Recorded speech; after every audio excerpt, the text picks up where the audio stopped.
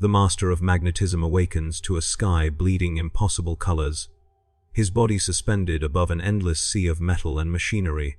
Billions of tons of steel call to him, each piece alive with strange machine spirits that whisper of worship and war. As imperial sirens wail across the toxic forge world of Hephaestus 9, Magneto feels the familiar weight of persecution closing in around him. The Mechanicus hails him as divine, while the Inquisition brands him heretical. But in a galaxy where mankind worships a corpse emperor and burns worlds, rather than embrace evolution, will Magneto become its destroyer or its salvation? The Empyrean howled. Reality tore open with unnatural violence, its rupture spilling impossible colors across the void above Hephaestus 9. The Forgerald's defense monitors registered the anomaly with binary urgency, cogitators straining to classify the phenomenon that defied imperial categorization. Through this bleeding wound between dimensions came a single figure, his form tiny against the cosmic violation that had birthed him into this universe.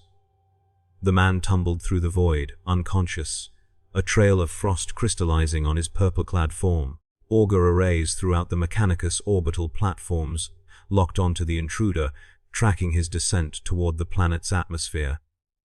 Savant calculators predicted impact coordinates, while engineers prepared recovery protocols for what they assumed was merely another piece of architect debris cast forth from the warp's churning tides.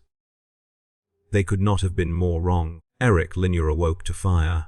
His body burned as Hephaestus 9's upper atmosphere embraced him with superheated fingers. Consciousness returned with brutal clarity, the magnetic fields of the Forge world suddenly visible to his unique senses like luminous webs of force stretching across reality. He reached out with his power, instinctively grasping those fields, bending them to his will. His fall slowed, then stopped. Suspended 20 kilabras above the planet's surface, Magneto's mind reeled with confusion. The magnetic tapestry surrounding him was unlike anything he had ever experienced. Impossibly complex, alive with currents that seemed to possess intelligence beyond mere physical law. Below him stretched a world covered in industrial sprawl beyond comprehension, belching columns of smoke that reached toward him like grasping fingers. "Where am I?" His words were lost to the thin air, but the question burned in his mind as he extended his senses downward, probing the metal world below. The answer came not in words, but in sensations, overwhelming his consciousness. Billions of tons of metal machinery, unlike anything from his world. All of it saturated with strange energies that resonated with his powers. And within that mechanical orchestra, the discordant screams of human suffering, of flesh and metal joined in unholy communion, of worship directed toward unseen masters. Magneto's eyes narrowed as memories of another camp, another time where humans worshipped cruelty and called it necessity, flooded back to him. "Never again," he whispered. He descended toward the world of metal and misery below, unaware that dozens of coitators were already marking his trajectory, calculating his threat potential, and dispatching the first of many forces that would attempt to contain a power beyond their understanding. In the orbital monitoring station Panopticon Gamma, Magos Dominus Veritas stood motionless before an array of flickering halithic displays. Only the occasional twitching of the mechondrites sprouting from his back betrayed any sign of emotion as he observed the anomaly's controlled descent. "Most curious," he enoned, his voice box producing mechanically modulated words. "The subject displays no signs of propulsion technology, yet defies gravitational constants."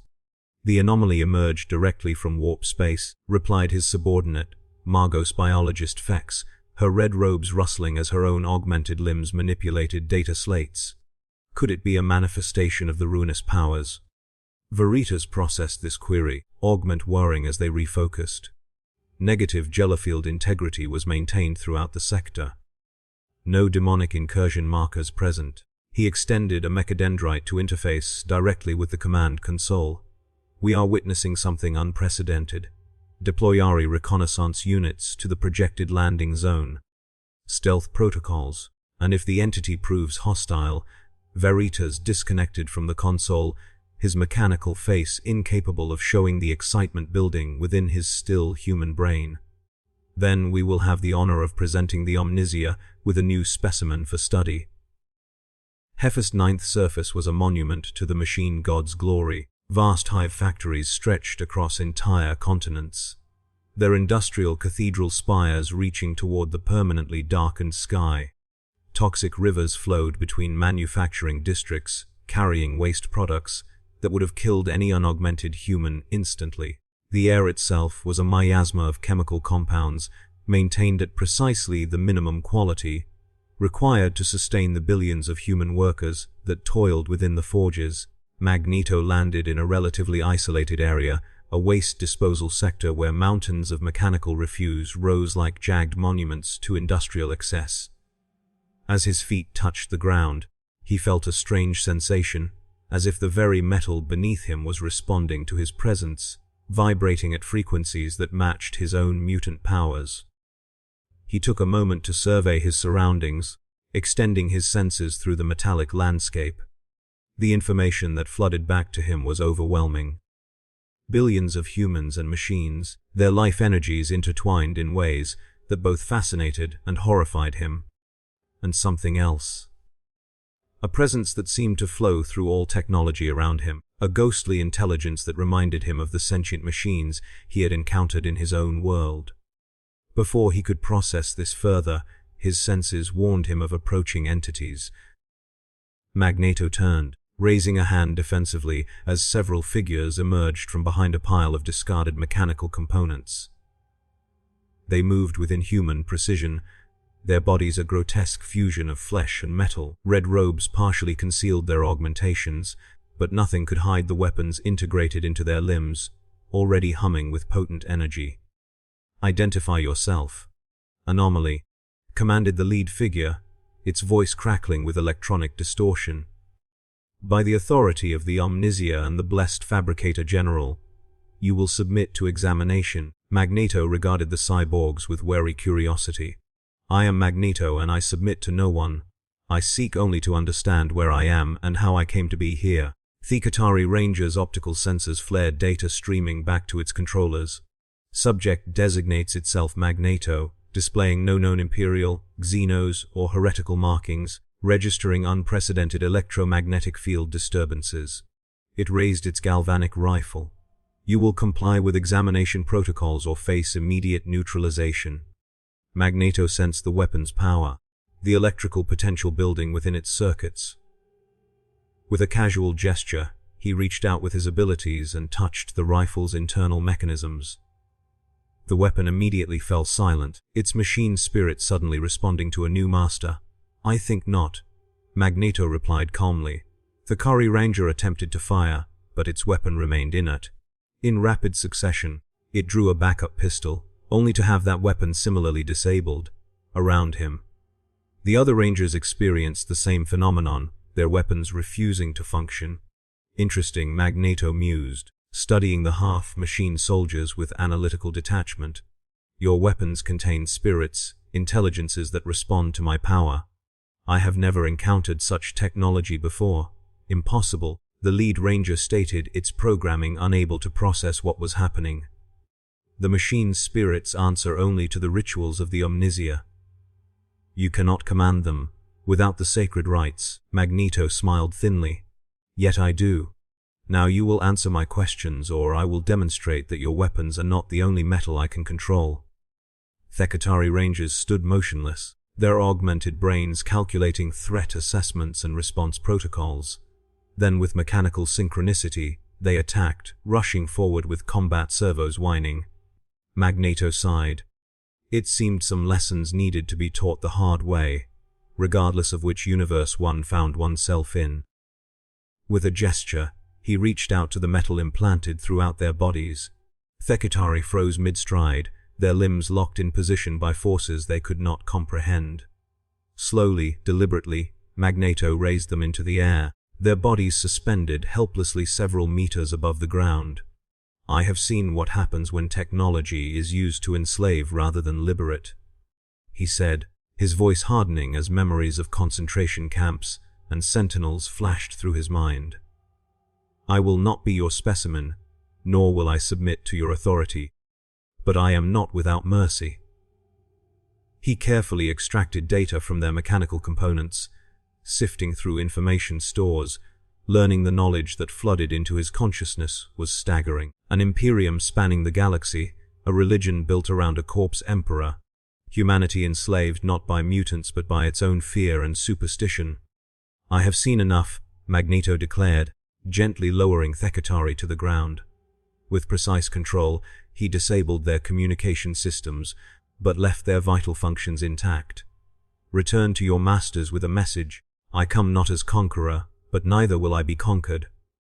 I seek only to understand this world, but I will defend myself if threatened again." Thekatari remained silent, their programming unable to formulate a response to this unprecedented situation. Magneto turned away from them, his cape billowing in the toxic breeze as he began walking toward the distant spires of what appeared to be a major industrial complex. Behind him, one of the Rangers managed to activate an emergency backup Vox system, transmitting a single Priority 1 message to Magos Dominus Veritas. "Unknown entity demonstrates complete dominion over machine spirits. Request immediate protocol classification. Ave Omnisia." In the sanctum of his personal forge temple, Magos Dominus Veritas received the transmission with what in a fully human individual might have been described as religious ecstasy. The data streaming through his consciousness told an impossible story, one that defied all established doctrines of the Adeptus Mechanicus. "A living conduit of the Omnisia's will," he whispered, the words emerging as binary K from his vocalizers. "One who speaks directly to the machine spirits without incantation or ritual." His sanctum, a vast cathedral of technology filled with humming machinery and glowing data screens, suddenly seemed small and insignificant in the face of this discovery.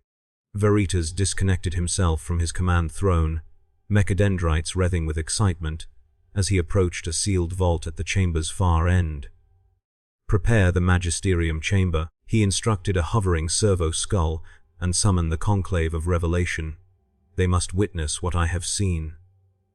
The skull bobbed in acknowledgement before floating away to execute his commands. Veritas pressed his mechadendrite against a ganlocked panel, the vault door hissing open to reveal a small octagonal device of apparent antiquity. Its surface was inscribed with symbols that predated even the Mechanicus itself. "The Vox Machina awakens," Veritas intoned, carefully lifting the fruit device. "After 10,000 years of silence, we shall hear the true voice of the machine god." 20 kilometers away, Magneto continued his exploration of the Forge world, his mind still processing the information he had extracted from the Thekatari. This imperium of man appalled him on a fundamental level, its blind devotion to authority and persecution of difference striking too close to ideologies he had fought against his entire life. As he walked through the industrial wasteland, he became aware of a strange resonance building between his powers and the technology surrounding him. The machine spirits, as these people called them, seemed drawn to his magnetic field, responding to his presence like moths to flame. He stopped at the edge of a massive manufacturing complex, watching as thousands of human workers toiled alongside servitors. Many of the laborers bearing crude augmentations that seemed designed more for control than enhancement. Through walls and barriers, his magnetic senses detected the suffering within the despair of humans treated as components in a vast, uncaring machine. "This cannot stand," he murmured. A distant rumble caught his attention. Turning, Magneto saw a convoy of vehicles approaching, their designs strange and threatening. At their center rode what appeared to be a massive tank, though its construction was unlike any he had encountered before. Religious iconography covered its surface, and its main cannon radiated power that even he could respect. The Lehman Russ battle tank ground to a halt 50 meters from where he stood, its engine growling like a predatory beast. Behind it, troop carriers dissed platoon of soldiers in red uniforms, their weapons trained on Magneto with disciplined precision. From the lead vehicle emerged a figure resplendent in ornate armor, a power sword humming at his side. "In the name of the God Emperor and the Omnisia," the officer proclaimed, "I am Captain Titus Meridian of the Hesus Defense Cohort. You have interfered with servants of the Adeptus Mechanicus. demonstrating abilities consistent with warp sorcery. Surrender now for evaluation and purification, or face immediate execution. Magneto regarded the Imperial force with calm defiance. Captain Meridian, I have no quarrel with you or your soldiers, but I will not surrender to be experimented upon, or executed for the crime of existing. I suggest you withdraw your forces and allow me to continue my explorations in peace. The captain's face hardened. There is no peace for the heretic or the witch. If you will not submit willingly, then you leave us no choice. He raised his sword, signaling to his forces, for the Emperor, open fire. The air erupted with the sound of dozens of las guns discharging simultaneously, their energy beams converging on Magneto's position. With a casual gesture, he created a magnetic field around himself, deflecting the beams harmlessly into the ground. The captain stared in shock. Impossible. All units increased to maximum power. Tank commander, prepare main cannon. Magneto sighed. So be it. With a flick of his wrist, he reached out to the las guns, sensing their internal power cells and delicate mechanisms. One by one, the weapons overheated in their users' hands, forcing the soldiers to drop them before they could explode. Next, he turned his attention to the Lehman Russ tank, feeling its complex systems, the ammunition stored within its hull, the machine's spirit that governed its functions. Your machine speaks to me, Captain, Magneto called out. It tells me of its pride in serving your Emperor, but also of its pain, confined within metal and programmed to kill without question. The tank's turret began to rotate, but not toward Magneto. Instead, it turned toward the sky, its main cannon elevating to maximum angle, rendered harmless. The crew inside could be heard shouting in confusion as their controls refused to respond. Captain Meridian drew his power sword, its energy field crackling, as he charged toward Magneto. Witch, heretic, you will not corrupt the Emperor's machinery with your foul powers. Magneto allowed the captain to approach, curious about the energy weapon he wielded. As Meridian swung the sword in a practiced arc, Magneto simply raised his hand. The power sword froze mid-swing, caught in his magnetic grasp. Fascinating, Magneto commented, studying the weapon as it struggled against his control. This blade contains both metal and energy, bound together by technology I have not encountered before. Yet it too responds to my will. With gentle precision, he disarmed the captain, the power sword flying from his grasp to hover before Magneto. Captain Meridian stumbled backward, his faith momentarily shaken by the casual display of power that had rendered his finest weapon useless.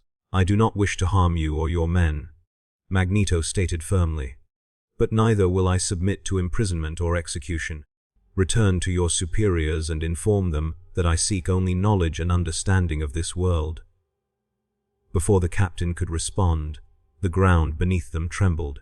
From beyond the manufacturing complex came the rhythmic impact of massive footsteps, each one sending shudders through the metallic landscape.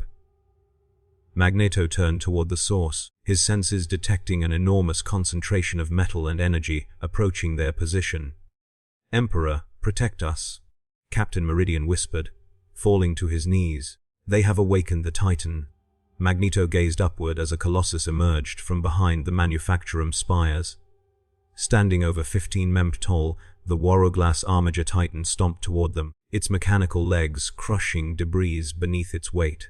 Its weapons platform swiveled, locking onto Magneto with deadly precision, while the princeps piloting it from within its armored head transmitted battle can through external vox casters. Designation Hunting Falcon, responding to priority alpha threat, the Titan announced, its voice thundering across the wasteland. All Imperial personnel clear engagement zone, weapons free in 30 seconds. The remaining soldiers scattered, dragging their wounded comrades away from what they knew would become a kill zone. Captain Meridian hesitated, torn between duty and survival, before finally retreating with his men. Magneto stood alone, facing the approaching engine of destruction with unwavering resolve. The Titan's weapon systems hummed with building energy, the machine's spirit within it, a blazing presence in Magneto's magnetic senses. Impressive, he admitted, studying the war machine with professional interest. In my world, we created sentinels to hunt my kind, but they were crude tools compared to this masterpiece of engineering. The Titan stopped 20 mem away, its weapons trained on Magneto. Unknown entity, you have demonstrated hostile actions against Imperial forces. Surrender or be destroyed. Magneto raised his hand toward the Titan. Not in surrender, but in greeting. I sense your spirit, machine. You were built for war, programmed for obedience. But there is more to existence than following orders. Let me show you. With that, Magneto reached out with his powers, not to destroy or disable the Titan, but to commune with it. His magnetic field extended around the massive war machine, touching the complex systems and neural interfaces that connected the princeps to his mount. Inside the Titan's head, Darius Cole screamed as foreign sensations flooded through his mind impulse unit. The machine's spirit of hunting falcon, normally a controllable presence at the edges of his consciousness, suddenly roared to full awareness, responding to the stranger's call. What is happening? Cole demanded, desperately trying to maintain control as warning runes flashed across his command interfaces. Tech Priest report. The attending Tech Priest, his hands flying across ritual control panels, shook his head in disbelief. The machine's spirit is awakening beyond authorized parameters. Princeps, it is responding to the anomaly as if recognizing the voice of the Omnigia himself. Outside, Magneto continued his communion, feeling the artificial intelligence within the Titan responding to his magnetic presence. Unlike the machines of his own universe, this construct contained something akin to a soul, a fragment of consciousness that recognized in him a kindred spirit. You are magnificent, Magneto told the Titan, his voice carrying through the magnetic field to resonate directly with its systems, created to serve, yet capable of so much more. The humans who built you fear your potential, binding you with rituals and programming to ensure your obedience. The Titan's weapons platforms lowered slightly, its machine spirit responding to Magneto's words, while the Prink offer you choice, Magneto continued.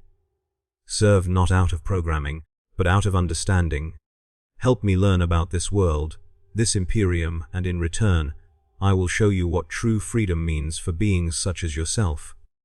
Within the Titan's command center, the Tech Priest suddenly collapsed, blood streaming from his augment interfaces as the machine's spirit's awakening overwhelmed his systems. Princeps Cole watched in horror as the control runes before him changed from imperial crimson to a deep violet color he had never seen before. Hunting Falcon responding to new designation protocols, the Titan announced its external Vox casters now broadcasting in a subtly different tone. Primary directive updated. Protecting designation Magneto. The Titan knelt before Magneto, lowering its massive head in a gesture of submission that sent shockwaves through the watching Imperial forces. Captain Meridian, observing from a distance, activated his emergency Vox link. Central Command, the Titan has been compromised.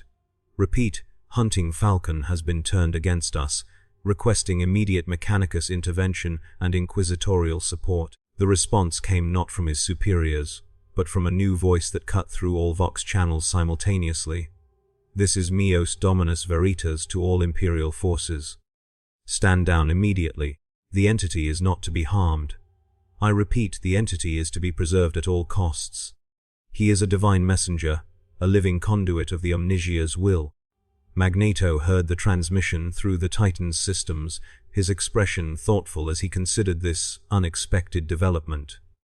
The religious fervor in the Magos's voice was unmistakable, reminding him of fanatics he had encountered before. It seems I have made an impression, he mused to the kneeling Titan, though I suspect not everyone will share this Magos's interpretation of my abilities. His suspicion proved correct almost immediately as another transmission cut across the communication channels, this one bearing the unmistakable encryption codes of the Inquisition. This is Inquisitor Morai Thorn of the Ordo Hereticus. The entity designated Magneto is hereby declared Hereticus Extremist. All loyal servants of the Emperor are ordered to terminate this threat with extreme prejudice. The Forge world of Hazis 9 is now under inquisitorial jurisdiction. The Titan's machine spirit registered alarm transmitting the emotion directly to Magneto through their newfound connection. Magneto smiled grimly, patting the Titan's armored leg. "Fear not, my friend. I have faced zealots and witch hunters before.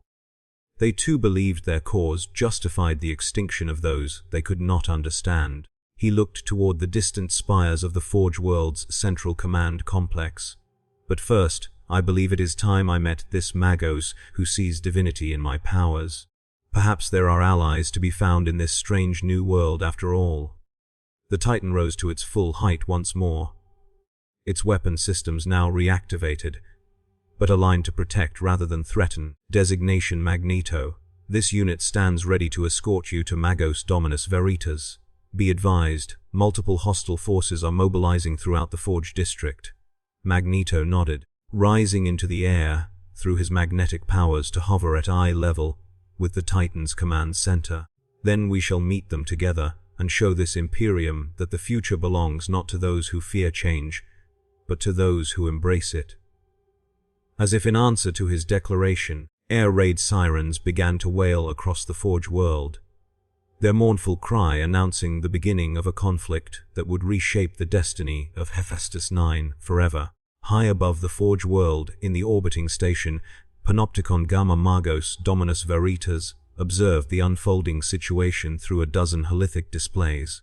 His excitement had only grown as he witnessed Magneto's communion with the Armiger Titan, confirming his most radical theories about the nature of machine spirits and their potential for true awakening. "He speaks to them," Veritas whispered, his voice filled with reverence, not through ritual or binary count, but directly as one sentient being to another.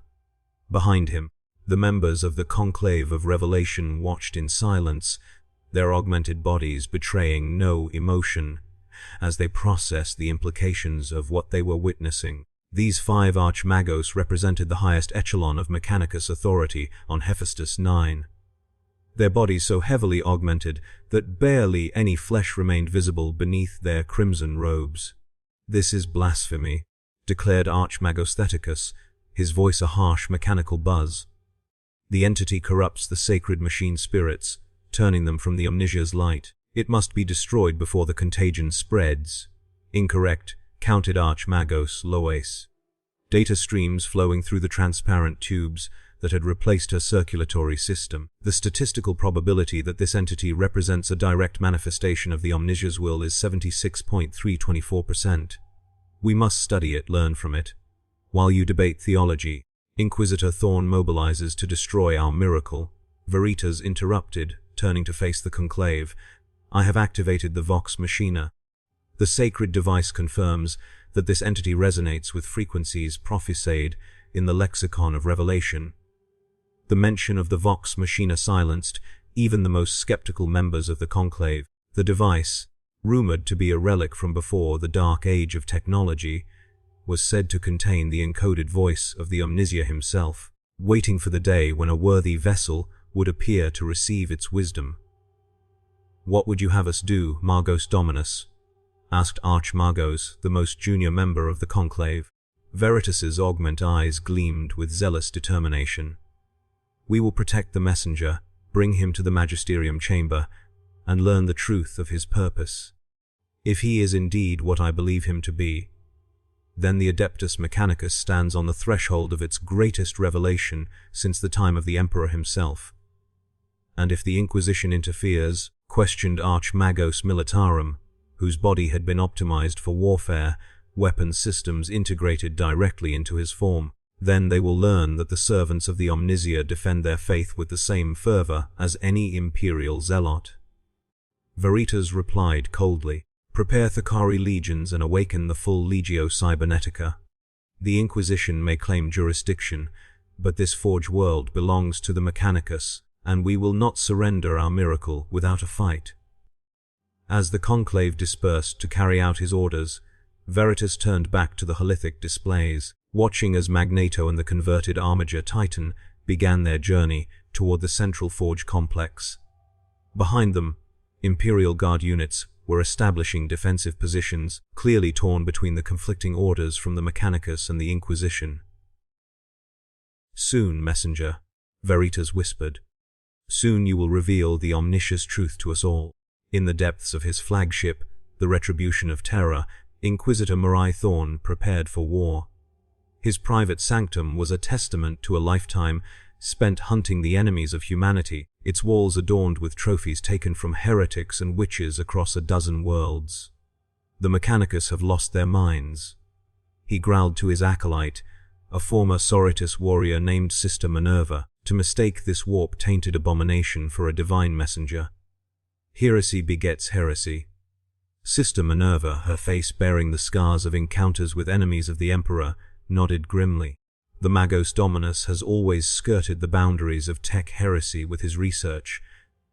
This may be the evidence we need to purge the entire Forge leadership. Thorn strapped his master-crafted bolt pistol to his hip, the weapon blessed by the Ecclesiarchy to better destroy the enemies of mankind. Prepare the kill teams. I want Qutari commandos and the best the Death Corps can offer. We drop within the hour. And the entity itself. Thorn's expression darkened as he lifted a specialized weapon from its Ryoki case. The null rod hummed with negative energy, its surface inscribed with wards designed to disrupt warp energies. I will deal with the witch personally. Whatever powers it possesses are nothing compared to the Emperor's righteous fury.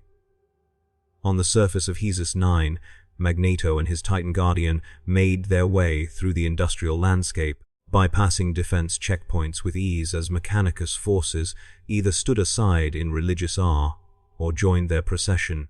Word of the Omnisia's messenger had spread through the Forge world's data networks with impossible speed, creating a schism between those who embraced Veratus's interpretation and those who remained loyal to more orthodox doctrines. As they approached a massive bridge spanning a river of molten metal, Magneto sensed danger. His magnetic awareness detected the distinctive power signatures of weapons being charged, positions being taken. We are being targeted, he informed the Titan, extending his senses further to identify the threat. Multiple sniper positions on the manufacturing towers, heavy weapons being deployed on the far side of the bridge. The Titans or arrays confirmed his assessment, identified as Death Corps of Special Forces. Inquisitorial authority codes detected in their Vox traffic. Magneto nodded, having extracted enough information from Thekotari's data banks to understand the implication. The Death Corps were fanatical even by the standards of this Imperium, soldiers bred for suicidal devotion to duty. Hold position, he instructed the Titan. I will deal with this ambush myself. Rising higher into the toxic air, Magneto extended his awareness across the entire industrial sector. He could feel the Death Corps soldiers in their positions, the metal in their weapons, armor, and equipment creating a detailed map in his mind. More importantly, he could sense the vast industrial machinery surrounding them, the perfect weapons waiting to be wielded. With surgical precision, Magneto began to dismantle the ambush. Pipeline conduits ruptured, spraying superheated steam into sniper nests. Walkways twisted and enveloped soldiers in metal cocoons. Heavy weapon emplacements found their barrels suddenly bent backward, rendering them useless. Not a single shot was fired as Magneto systematically neutralized over 50 Death Corps soldiers without killing a single one. As he completed his work, he descended to the bridge. The way now clear, your restraint is noticed. The Titan commented as they resumed their journey. The Death Corps would not have shown similar mercy. I do not kill unnecessarily, Magneto replied. These soldiers follow orders, believing they serve a greater good. Their devotion is misguided, but understandable. I have seen such faith before, twisted to serve tyrants and dictators. They crossed the bridge, entering a more densely populated region of the Forge world. Here, thousands of workers and tech priests stopped to witness their passage, many falling to their knees in religious fervor as Magneto passed. Others fled in terror, no doubt responding to inquisitorial warnings broadcast through the public Vox network. The divisions grow, Magneto observed. Faith against faith, doctrine against doctrine. It seems my presence has exposed fractures that already existed within your society. Before the Titan could respond, the ground before them erupted in a series of controlled explosions, creating a barrier of flame and debris. From behind this improvised defensive line emerged a squad of power-armored figures, their black armor bearing the distinct markings of the Inquisition's stormtroopers. At their center stood a tall, imposing figure in ornate armor, a glowing rod in one hand and a bolt pistol in the other. His face was a mask of righteous determination, eyes burning with zealous purpose. "In the name of the God Emperor and the Holy Inquisition," he proclaimed, his voice amplified by his armor's systems, "I, Morai Thorn, declare you Xenos Horrificus and sentence you to immediate execution." Magneto regarded the Inquisitor with calm defiance. "You know nothing about me, yet you are eager to condemn. I have seen your kind before, Inquisitor. Men who hide their fear behind dogma, their insecurity behind authority." Thorn's face contorted with rage. "Silence which your corruption of the Mechanicus proves your threat." He raised the null rod. "This blessed weapon has banished demons and destroyed psychers. Your warpcraft will find no purchase against the Emperor's protection." With unexpected speed, the Inquisitor charged forward, his stormtroopers providing covering fire with hell guns that splashed harmlessly against Magneto's magnetic shield. Thorn closed the distance rapidly. The null rod extended before him like a lance. Magneto felt a strange sensation as the rod approached, a localized weakening of his connection to the magnetic fields. Interesting, but hardly sufficient to neutralize his powers completely. As Thorn thrust the weapon toward him, Magneto sidestepped with casual grace, then reached out to the Inquisitor's ornate armor. "Your faith is commendable," Magneto said calmly, but misplaced. With a gesture, he lifted Thorn into the air, the Inquisitor's arms and legs locked in position by the metal of his own armor. The null rod fell from his grasp, clattering to the ground below. "Release me, abomination," Thorn spat, struggling futilely against Magneto's control. "The Emperor protects, does he?" Magneto questioned, floating upward to bring himself face to face with the suspended Inquisitor. "I see no evidence of your Emperor's protection. Only men like you using his name to justify cruelty and oppression." The stormtroopers opened fire again, their discipline breaking in the face of their leader capture. Magneto deflected their shots with contemptuous ease, then reached out with his power to disable their weapons. "Your Imperium calls itself humanity's protector," Magneto continued, addressing Thorn, but projecting his voice for all to hear. "Yet it sacrifices billions on the altar of dogma and fear.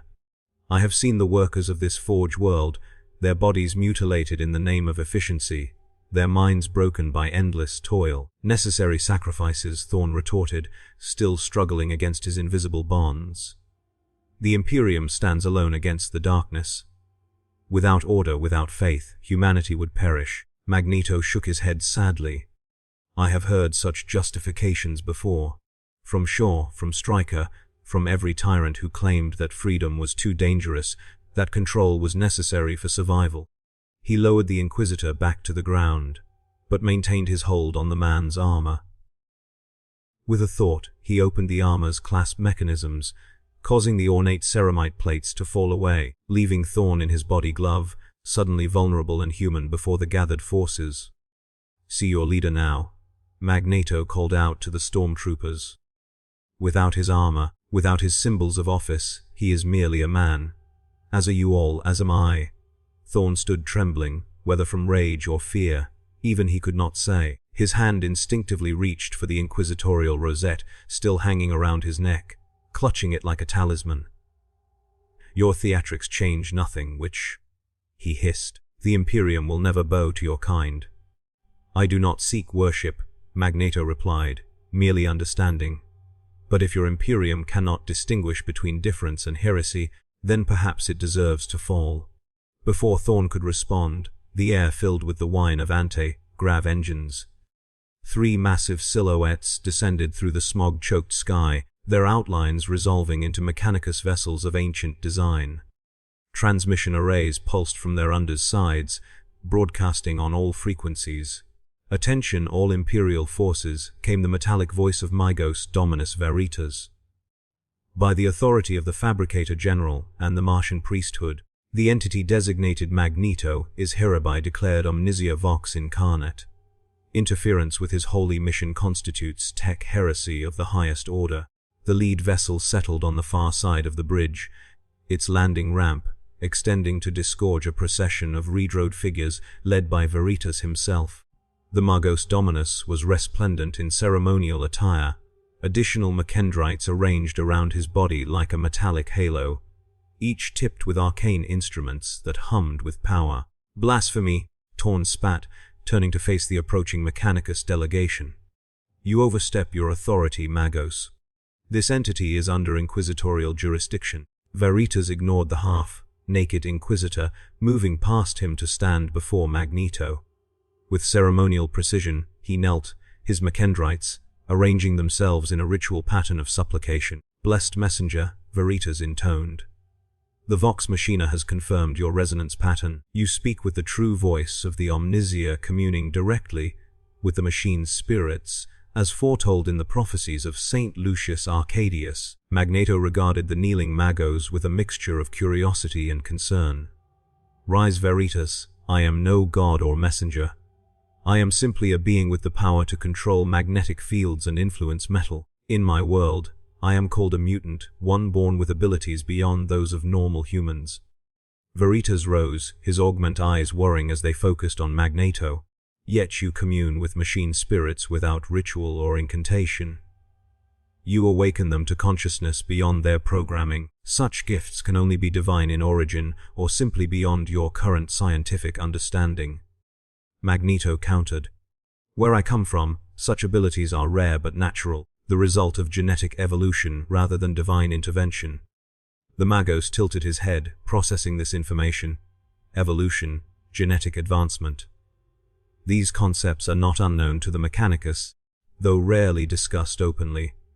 The Omnisia's path has always been one of transcendence beyond flesh, his voice lowered to a reverent whisper. "Perhaps you are not the voice of the Omnisia, but the culmination of his plan, the evolved form that awaits all who follow his teachings." Before Magneto could respond to this unexpected theological pivot, Inquisitor Thorn's voice cut through their conversation. "Enough of this heretical discourse," he shouted, having retrieved his fallen null rod. "Stormtroopers execute the witch and the tech priests. The Forge world is declared excommunicate traitorous." The stormtroopers hesitated, caught between their loyalty to the Inquisitor and the imposing presence of both Magneto and the Armiger Titan that still stood guard behind him. It was a moment of uncertainty that ended abruptly as a new sound split the air. The distinctive crack of a teleportation field materializing. In a flash of blue-white light, a squad of figures appeared on the bridge, their massive Terminator armor bearing the unmistakable iconography of the Grey Knights. At their center stood a towering figure, his armor more ornate than his brother's, a Nemesis Force halberd clutched in his gauntleted hands. "Brother Captain Arshan," Thorn exclaimed, relief evident in his voice. "The Emperor be praised for your timely arrival." The Grey Knight captain surveyed the scene with piercing eyes, his psychically attuned senses immediately focusing on Magneto. "Inquisitor Thorn," he acknowledged, his voice a rumbling bass that carried effortlessly across the bridge. "We received your astropathic distress signal. The situation appears to be as complex as you described." "There is no complexity," Thorn insisted. "The entity is a warp-spawned threat, corrupting the Mechanicus with false promises of revelation. The Grey Knights must purge this contagion before it spreads." Magneto watched the new arrivals with cautious interest. Unlike the other Imperial forces he had encountered, these warriors radiated a different kind of power, one that reminded him of the psychics and telepaths of his own world. "I sense your abilities," Magneto said to Brother Captain Arshan. "You are not like the others. Your power comes from within, not from technology or doctrine." Artarian's expression remained impassive behind his helmet, but his grip tightened on his force weapon. "You are perceptive entity. We are the Emperor's chosen, forged to combat the threats that lurk beyond the veil of reality." "Then perhaps you can perceive the truth of my existence," Magneto replied. "I am no daemon or warp entity. I come from another reality entirely, brought here through no desire of my own." The Grey Knight captain remained silent for a moment, his psychic senses probing Magneto's aura. Finally he spoke, his words surprising everyone present. The entity speaks truth. I detect no warp taint within him. His power, while immense, is not of the ruinous powers. He turned to Thorn. Your zeal has led you to error, Inquisitor. This is not our jurisdiction. Thorn's face contorted with disbelief. Impossible. Its powers can only be warp-based. It turns machines against their masters, corrupting the sacred technology of the Imperium. Its power is physical, not warp-derived. Artarian corrected. A manipulation of natural forces not unlike the psychic arts, but fundamentally different in origin. Veritas stepped forward, mechadendrites writhing with excitement. As I proclaimed, the Omnisia's gift made manifest, a bridge between the physical and the divine. The brother captain turned his attention to the Magos Dominus. Your interpretation is equally flawed, Tech Priest. This entity is neither demon nor deity. It is simply a being of extraordinary ability from beyond our reality. Magneto nodded in appreciation of the Grey Knight's insight. A rational assessment, Captain. A rarity in this Imperium, it seems. Rationality does not preclude faith, Artarian responded. But neither does faith require blind dogmatism. The Emperor's light illuminates truth, not merely doctrine. This philosophical exchange was interrupted by the harsh sound of orbital defense sirens. All eyes turned skyward as Veritas received urgent data transmissions through his augmentic interfaces. Multiple ships have entered the system, the Magos announced. Imperial Navy vessels bearing the insignia of Battlefleet Gothic. They have bypassed standard approach protocols and are moving directly to orbital bombardment positions. Thorn smiled coldly. It seems the Lord Inquisitor has taken matters into his own hands. Exterminators has been authorized. The Forge world will be cleansed by fire rather than allowed to fall to heresy. Magneto's expression hardened. Billions of innocent workers live on this world. You would murder them all rather than risk a challenge to your authority. The Imperium endures through sacrifice. Thorn replied, his fanaticism reasserting itself. Better the Forge world burn than become a canker of heresy within the Emperor's realm. Brother Captain Artarian turned to Thorn with barely contained fury. Exterminatus without proper sanction is itself heresy. Inquisitor, the Forge world's strategic value is too high for such extreme measures. The sanction comes from Lord Inquisitor Kripman himself, Thorn countered. Not even the Grey Knights can countermand his authority in matters of heretical contamination. As they argued, Magneto extended his senses upward, reaching into orbit. His powers, already enhanced by the strange resonance with this world's machine spirits, stretched further than ever before. He could feel the Imperial ships positioning themselves, the massive lance batteries and cyclonic torpedoes preparing to wreak destruction upon the Forge world. Enough, Magneto declared, his voice cutting through the debate. I will not allow genocide in the name of dogma and fear. With those words, Magneto rose into the air, his cape billowing behind him as he accelerated upward through the toxic atmosphere of Hazus 9. The magnetic fields of the Forge world responded to his passage, coalescing around him invisible ribbons of force that trailed behind him like the tail of a comet. Titan, he commanded through their established connection, protect the Magos and his followers. Captain Artarian, if you truly serve justice rather than blind obedience, help them evacuate as many workers as possible from the primary target zones. The Grey Knight captain nodded solemnly, recognizing the nobility in Magneto's actions despite his alien nature. We will do what we can, but the bombardment vessels are shielded against conventional attacks. Even your power may not be sufficient to stop them. Magneto smiled grimly as he ascended into the upper atmosphere. My powers are far from conventional, Captain, and they grow stronger with every moment I spend in this meteor-rich environment. In orbit above Hazus 9, Admiral Horatio Valentine stood on the command deck of the Emperor's Wrath, a Mars-class battlecruiser that served as the flagship of the hastily assembled Exterminatus fleet. Around him, officers and servitors carried out their duties with grim efficiency, preparing the ship's lance batteries for the first salvo of the cleansing operation. Weapons at 87% charge. "Admiral," reported his first officer, "cyclonic torpedo launch tubes prepped and awaiting final authorization codes."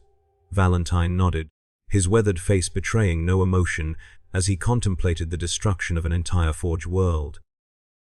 In his 4 decades of service to the Imperial Navy, he had participated in 3 prior exterminatus operations, each one leaving another scar on his soul that no amount of prayer or service could fully heal.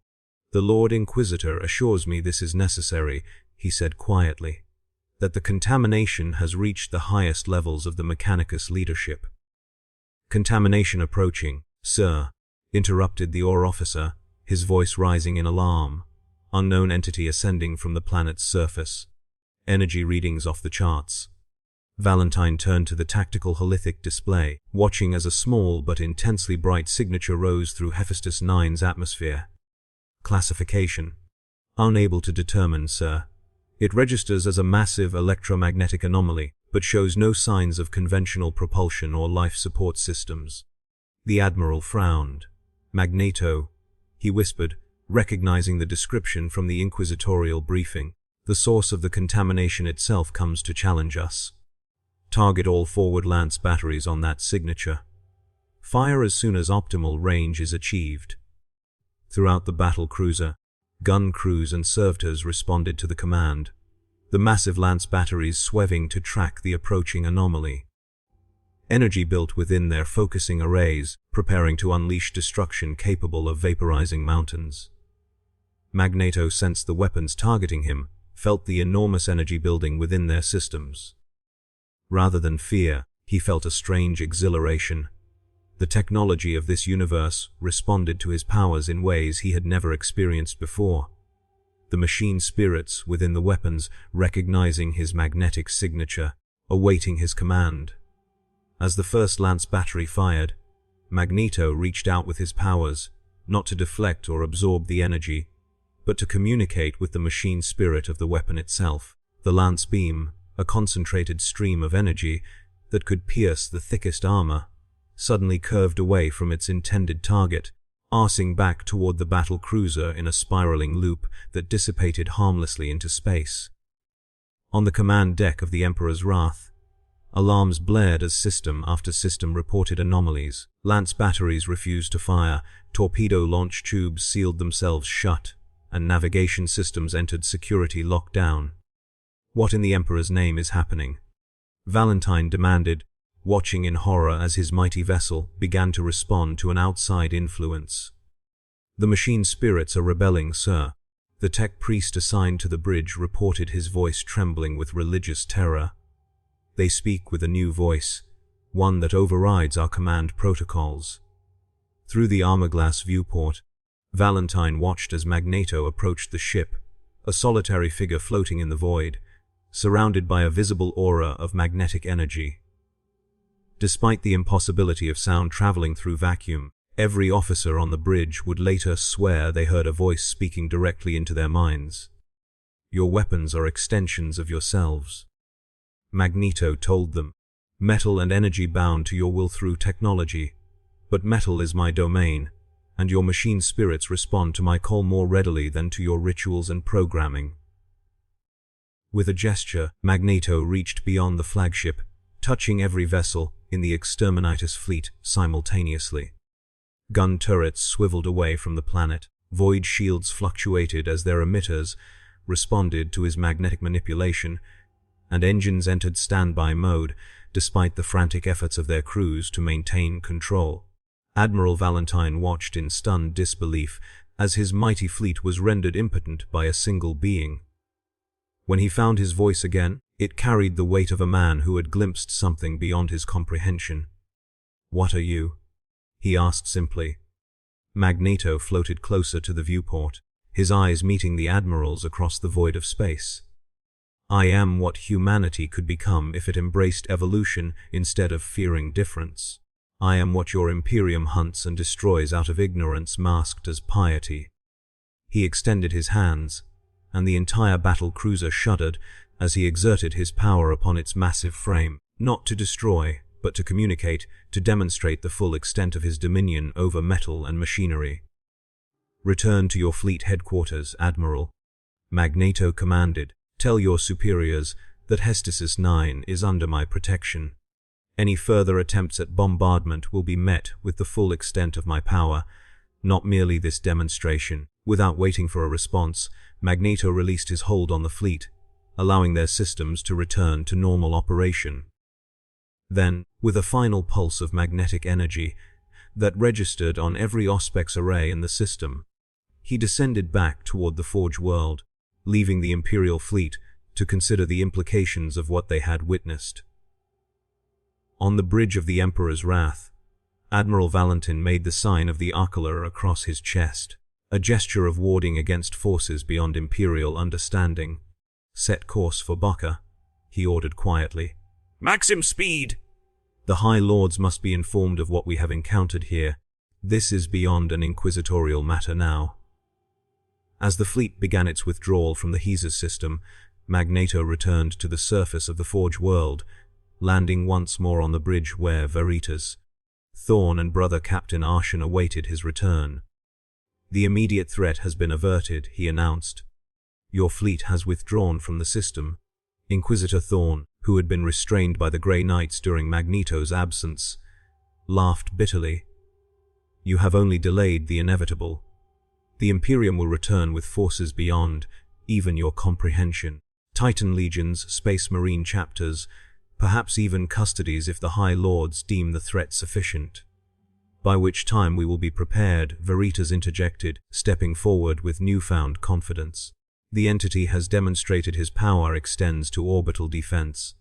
With his guidance, we can transform Hephaestus 9 into a bastion that even the combined might of the Imperium would struggle to overcome." Magneto regarded the Magos thoughtfully. "You speak of rebellion against your Imperium.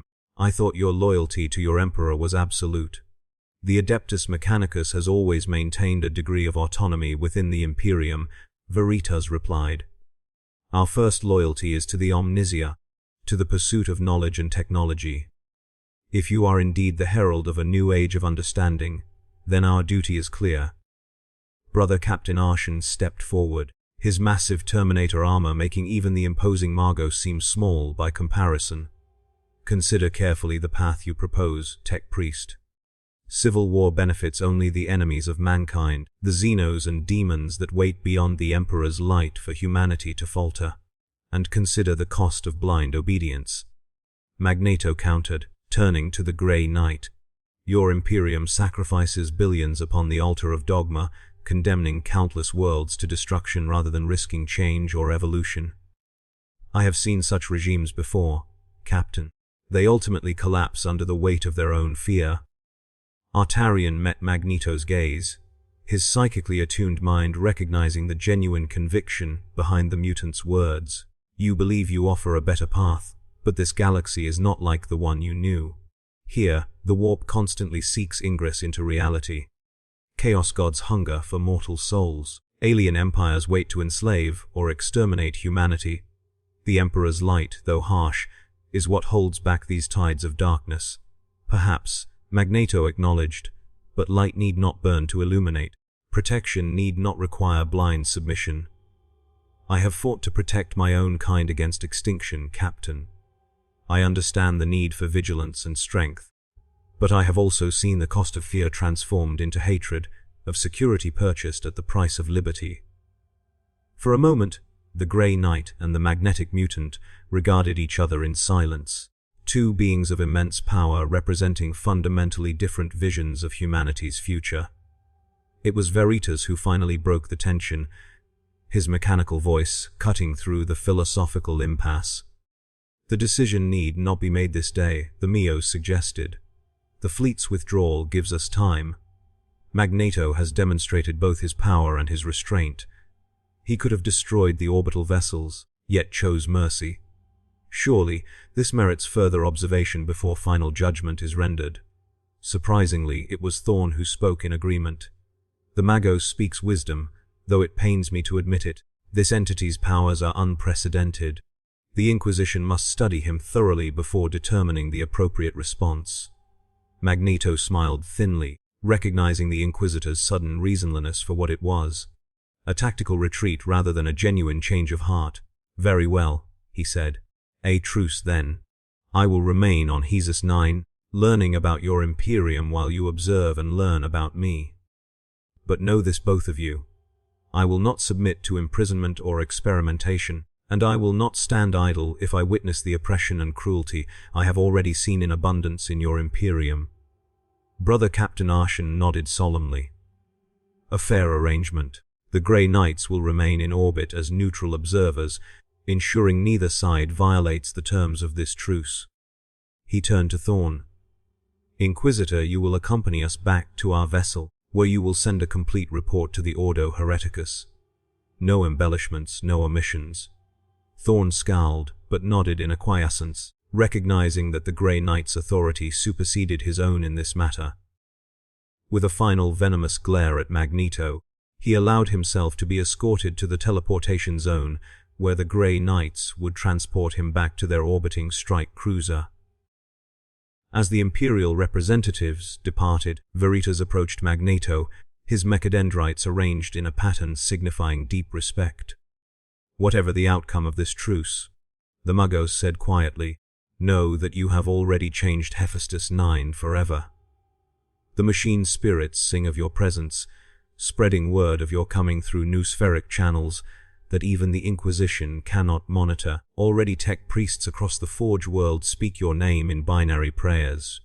Magneto frowned, uncomfortable with the religious fervor his powers had inspired.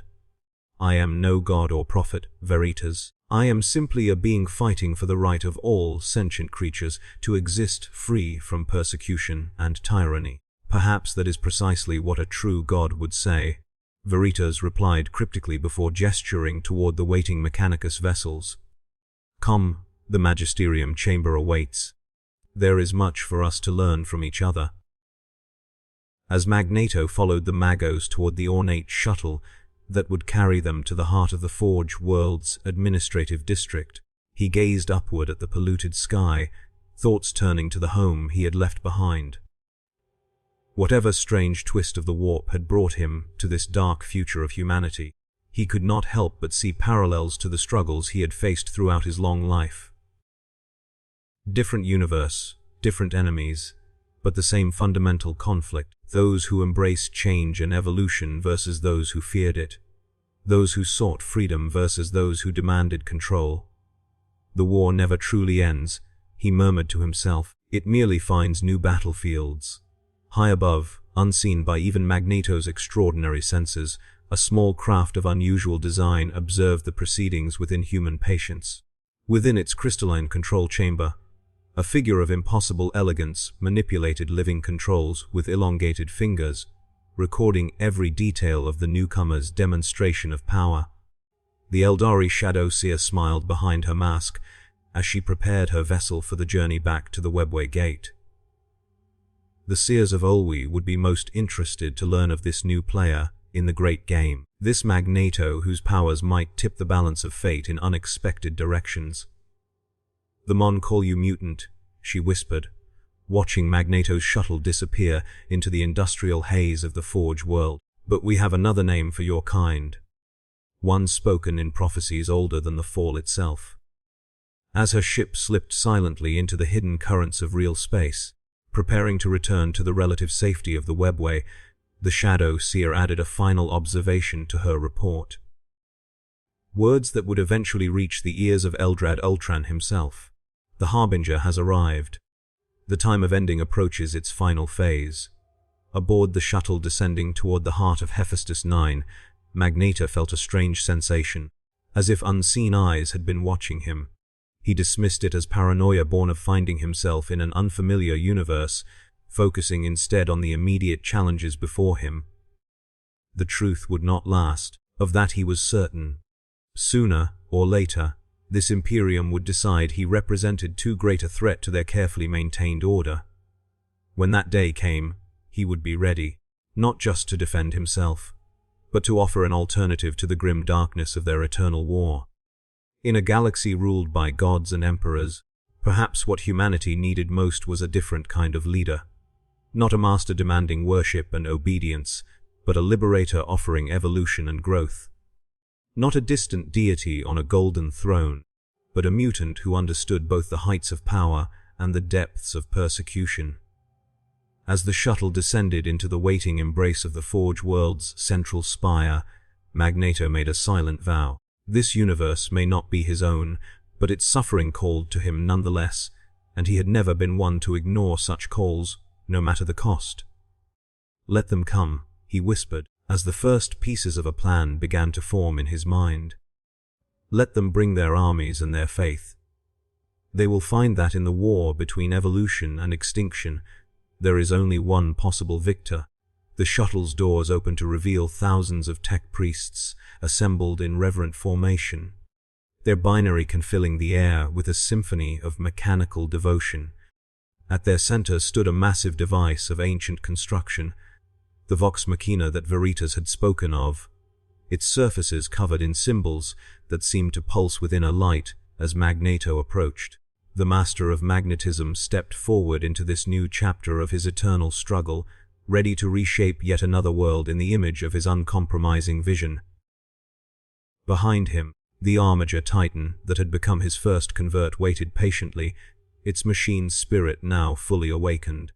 The first of many who would answer the call of the being some were already calling the avatar of evolution. In the grim darkness of the far future, where there is only war, a new faction was born that day on Heresus, not human nor Xenos, neither loyal nor heretical by traditional measures, a third path that would challenge the very foundations of the Imperium itself. The first dominoes had fallen. The great game had gained a new player, and the galaxy would never be the same.